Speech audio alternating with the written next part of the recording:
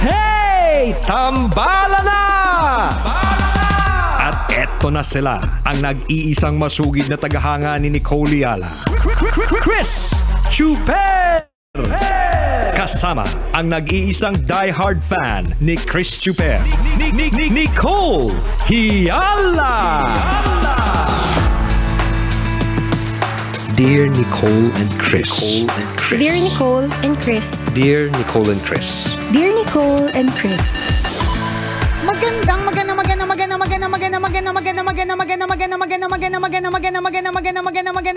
morning, Luzon, Visayas, at Mindanao, Metro and Mega Manila. It's a feel good Thursday. Hi, partner! Hi, partner! Hi, mga kabisyo! Ayan. Papahinaan ko lang yung aircon, partner, ha? Bakit? Baka ubuhin ka. Salamat sa concern sa iyong tita. Tutok na tutok sa likod mo, backless ka pa Kaya naman. nga. Naku, mamaya magreklamo na naman ako ng ang daming lamig sa likod. Sasabihin na naman sa akin nung nagmamasahe, hindi naman pupantay yung likod ninyo. Makapal po yung sa gawing kanan. Ang dami kaliwa actually. Gawing kaliwa. Ang dami pong lamig. Putukin ko na po ba? Correct. Kasi nandito yung aircon nga naman. Nakakaloka. Tsaka magkaiba tayo. Ako balot na balot, ikaw open na open. Well, again, ito po isang pagpapaalala. Kung ikaw po ay medyo tita na, iwasan na po ang pagbabackless. Yan. Iwasan na po ang mga pag-off shoulder, di ba? Medyo delikado na po sa pulmonya. Ganon. Sensitive, extra sensitive ka. Oo, di ba? Oo, Kapag aging ka. Kasi may exposure, ganyan, di Totoo ba? yun. Ang bata at yung matanda, parehong yan, extra sensitive. Tama. Pagdating sa temperature. Correct. Diba, pag sobrang init, talagang maramdam agad nila. Yes. Pag sobrang lamig, ganun din, ramdam na ramdam ka agad. Correct. May effect ng mabilis. Ang mahalaga, okay lang naman tumanda, partner. Ang mahalaga, hindi nila mahalata. Diba? Sa aurahan ba na ito, mukha po bang ang daming lamig? Huwag niyo ko patalikurin, makikita talaga. Ay naku, alam mo, ang hirap talaga na may mga lamig. Aminin na natin, mga kabisyo, di ba? Oo, kaya, ano yun totoo yung sinasabi nilang rayuma. Di ba? Di ba epekto yun ng lamig? Na kapag sinabing, mag-jacket ka kasi malamig sa Tagaytay. Mag-jacket ka, sumunod ka. Kasi pag hindi ka sumunod, pagbaba mo ng Maynila, may rayuma ka na. Correct. At ang hirap na may rayuma, ha? Isipin mo, wakit ka na ng Tagaytay, bumaba kang rayumahin. Correct. Di ba? Totoo yun, mga kaibigan, ang katawan po natin ay sensitive kapag ikaw ay aging na. Yan. Ulit-ulit talaga, partner. Kasi matigas yung ulo mo. Masyado ka na makapanakit, ha? Ngayong umagang ito. Ano ba petsa na ngayon? November. Anuebe pa lang. Anuebe. Ba't parang hindi ka mabait sa akin ngayon? Marami ka pang pera, no? Marami ka pang pera, no? Hindi, pero totoo yun. Kung halimbawa, meron po kayong mga kaibigan na ganyan. Pero syempre, kapag ka sinabihan nyo po sila, sabihan nyo po in such a way na hindi naman po sila masasaktan. O dapat medyo pa-concern ng effect. Correct. Kasi kung alam nyo po yung mga sinasabi po natin, nababago yan depende sa tono. Diba? Agree. Correct. So kung ang tono mo ay yung sabi nga ni partner, pa-concern effect. Yan. Hinaan natin yung aircon. Kasi diba? baka ubuhin si partner. Backless kasi. Correct. Diba? Pero kung halimbawa ang tono is, talaga lang ha? Backless pa more ha? Sa tanda mong yan, nagbabackless ka pa. Kaya nga. Hindi ka na natakot sa pulmonya. Tingnan mo, isa lang ang mensahe, which is ayaw natin magkasakit siya o ayaw natin magkaroon siya ng pulmonya. Pero dahil magkaiba yung tono, correct. Diba? Magkaiba rin yung dating. Agree ako doon, your choice of words. Oo, choice of words and the really tone of voice, correct. Yes. Yung tono ng pananalita, ano po siya, mahalaga. Parang katulad ng musical scoring sa isang eksena, 'di ba? Hindi ba't mas nakakadala ang nakakaiyak na eksena kung bigla nilang lalapatan ng instrumental na nakakaantig ng damdamin. Subukan mo na ang eksena may namatay, 'di ba? Tapos ang background music horror, 'di ba? Totoy Bibo. O kaya banal na aso santong kabayo pero may namatay. Hindi ba't Hindi ba iba yung effect? Yes, iba yung ambience. Oo, ganun. So, ganun po tayo. Ngayong araw na ito, mula po sa pagsusuot ng medyo kita ang likod, ang naging lesson po is, yan, importantatious po na itama po natin yung tono ng pananalita. Hindi ba't kapag halimbawa, kunyari nahuli ka ng enforcer, let's say coding ka ngayon, o kaya hindi swerving ka, o kaya kung ano man yung traffic violation mo, hindi ba't kapag ang tono ng pananalita mo sa enforcer is mas mababa, mas ang ending nun mas maganda mas maayos na pakiusap Correct. versus yung hindi mo ba ako nakikilala? Alam mo, hindi, papalapit pa lang, tinatanong na kung kakilala siya. O kaya pakialam ko sa'yo, sabi ng enforcer. O kaya partner, bakit? Sino ka ba? True, papalapit pa lang si enforcer, may tinatawagan na. Alam mo, parang, ang gusto, minsan siguro, ang gusto sabihin ng enforcer, kayo po yung gusto kong makausap? Bakit po? May tatawagan po kayo? Laging ganun. Kung yung tono ng pananalita mo is laging, bakit? Ano violation ko? Ganyan. Versus, hala kuya, anong ginawa ko? Yung tanga-tangahan, ganyan. Or yung basta mas mababa. Yes, Most of the time, ang ending talaga niyan mas maganda Totoo yun. Oo. Ano yun kumbaga energy yun, kumbaga. Di ba pag sobrang taas ng energy mo, yung kausap mo, yung receiver mo, tataasan din niya rin yung energy niya. Di ba? In the same way, kapag nakakipag-usap ka sa jowa mo, sa asawa mo, di ba pag galit yung asawa mo, at pag nag-respond ka ng mas mababa yung energy mo o mas mababa yung tono, hindi magsasabay Oo. Tendency, bababa din siya. Kakalma din siya. Susunod siya sa energy mo.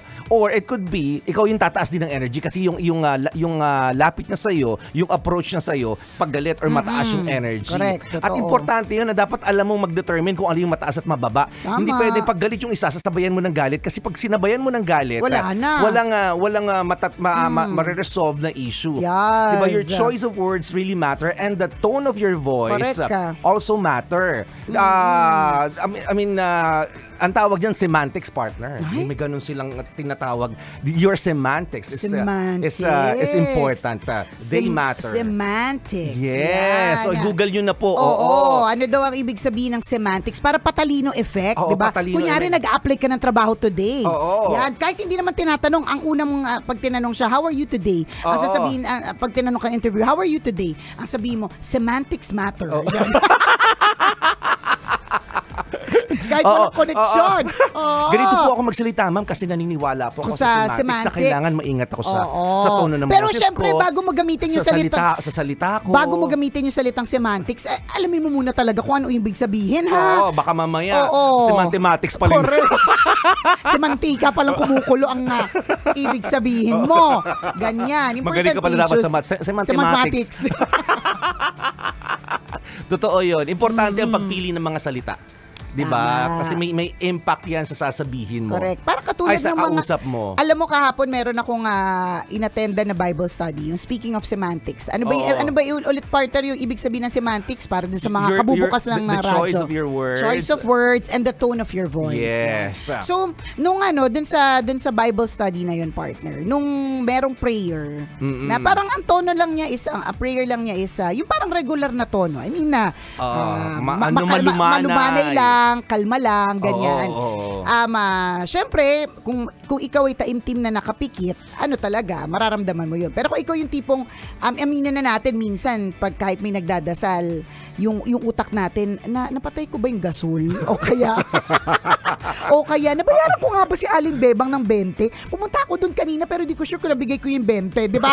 May ganun aminin na natin, may mga ganyan tayo. Ang hirap ganun, ng ganun, hindi ka mapapakali, walang peace of mind. Correct. Hindi, ibig sabihin, parang kapag kasi kalma yung nagdadasal, tapos hindi ka nakapikit, at hindi ka pwede rin naman nakapikit ka pero hindi ka nagko-concentrate sa prayer, 'di ba? Yun nga ang naiisip mo, nakapikit ka pero inantok ka kasi. Or pwedeng antokin or napatay ko ba yung gasol?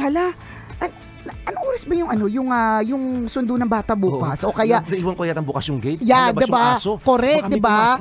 True. Mga ganyan. Nasaksak pa yata yung kumukulong yung takure. Diba? Correct, mga ganon. Kasi nga, maaaring hindi ka nagko-concentrate or yung tono kasi ng prayer, kalma. Nandun kayo sa mood ng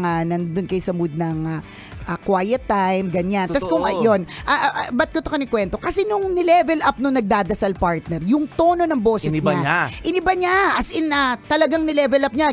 Nilagyan niya ng mga makapangyarihang mga words. Yung mga, yung kapag ka po ang mga Christians ay nagdadasal, alam po natin na talagang tao sa puso. Yung talagang, yung pangmalakasan po yung kanilang prayer, yung parang ramdam na ramdam mo na para sa'yo. Tas as in talagang partner, yung mga words na ginagamit niya, ang bibigat na. Tas yung tono ng pananalita na, medyo, basta pataas. Ang taas talaga. Alam niyo yan, gets niyo yan. Kung di, High pitch, bumirit po, tinalo si Morissette. Sa true. Soprano po, lumevel kay Mariah. Ganon. Papunta na po sa whistle. Ganon. Si Pastor nag-whistle. Nag-whistle na po si Ganun kasi energy. panahon na kasi ni Mariah partner.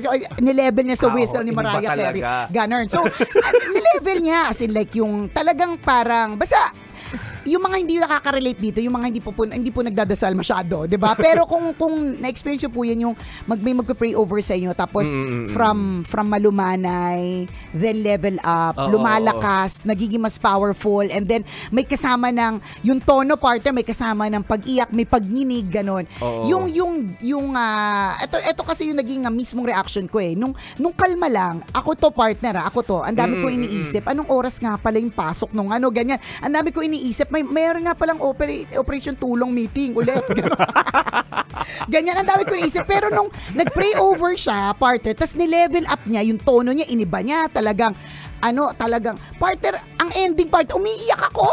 Ang ending, umiiyak ako, kahit hindi naman ako naiiyak that day. Alam mo yun? Kasi nga, semantics, di ba? Very important. It matters. Para kung gusto mong talagang i-level up yung nararamdaman ng kausap mo, 'di ba? Gamitin mo yung tamang salita at tamang tono ng pananalita. Totoo. Malaki kasi yun yung energy po yun mga kaibigan. Halimbawa, kunyari sa isang gathering, tapos merong isang speaker. 'Di ba?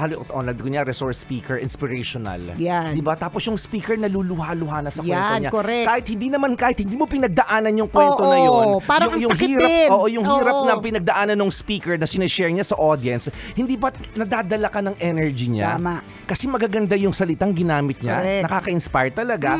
At yung tono niya, talagang mamomotivate ka. True. May impact sa madaling salita. Correct. Meron din mga speaker na ang tono ng pananalita, alam mong hindi mo pakikinggan. May ganun Oo. Pero meron din mga speaker na tono pa lang ng pananalita, tsaka yung mga words na ginagamit nila, hala. Powerful. Oo, ang galing. Diba? Diba? Pangmalakas, ang lakas. Ganon, may ganyan. Ganun siya kahalaga mga kabisyo. So dapat dapat nating pag-aralan kung paano natin i-deliver talaga yung mga salita natin. Kasi minsan pag hindi po natin inisip kung ano yung mga bibitawan nating salita, 'di ba? Hindi natin malalaman na nakakasakit na pala tayo. Totoo yun. Tono mo, yung choice of words mo, they matter mga kabisyo. Minsan nakala lang natin hindi tayo parang siguro nasanay tayo na pasigaw lagi or paggalit lagi na hindi natin namamalayan, 'di ba? Na gano'n na pala tayo. Kaya ko bang may nag-correct po sa inyo, may nagsabi po sa inyo, alam mo, parang lagi kang sumisigaw. O bakit parang lagi kang high pitch? Makinig ka din. Tama. Sa kanila. Baka kasi minsan kasi 'di ba hindi natin alam, parang katulad ng mga lahing may amoy. Sabi nila hindi nila alam na may amoy sila. Mga ganyan pananalita talaga. Natin alam nakakapanakit na pala. Hindi kasi recently kasi partner meron kaming trip. Tapos may kasama kami na ibang lahi. Talagang partner nananampal talaga tsaka nananakit. In my mind, yung amoy niya nananampal, nananakit. Alam mo yung talagang tipong kung ako ay nangangarap na magbuntis, namatay yung egg cells ko. Alam mo yung gano'n? Hindi na sila nabuo. Hindi na sila nabuo. Hindi kinaya, amoy pa lang. Ganon, parang nakakamatay. Nakakasakit ng kapwa. Oo, ganon. Basta nakakapanakit. Grabe tayo, pinag-uusapan natin yung choice of words. Paano nyo magigets yung magnitude ng amoy?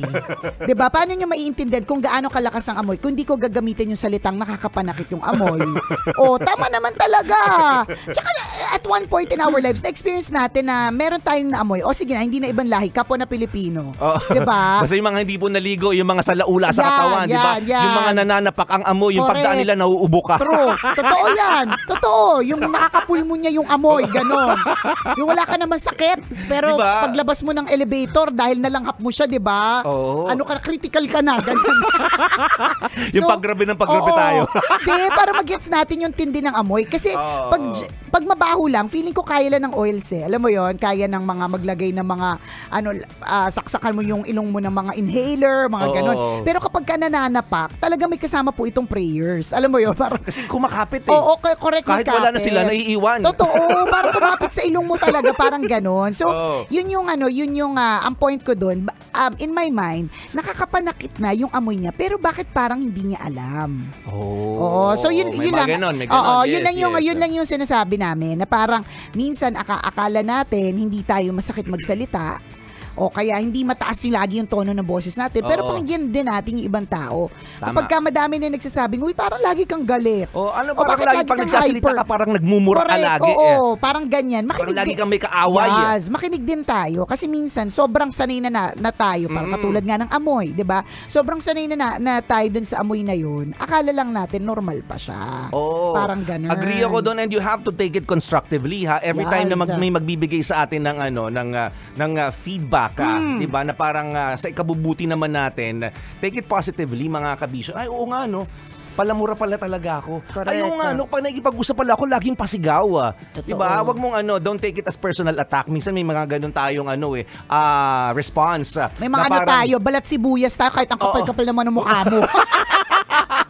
Ang dami nagmamasensitive. Pero pag tinignan mo naman talaga yung feedback, positive siya eh. At pag titingnan mo, para sa ikabubuti siya ng isang tao. Pero dahil nga balat sibuyas, di ba, resistant tayo. Correct. Akala natin inaatake agad tayo. Ayaw natin ang kinokorek. Pine-personal agad tayo.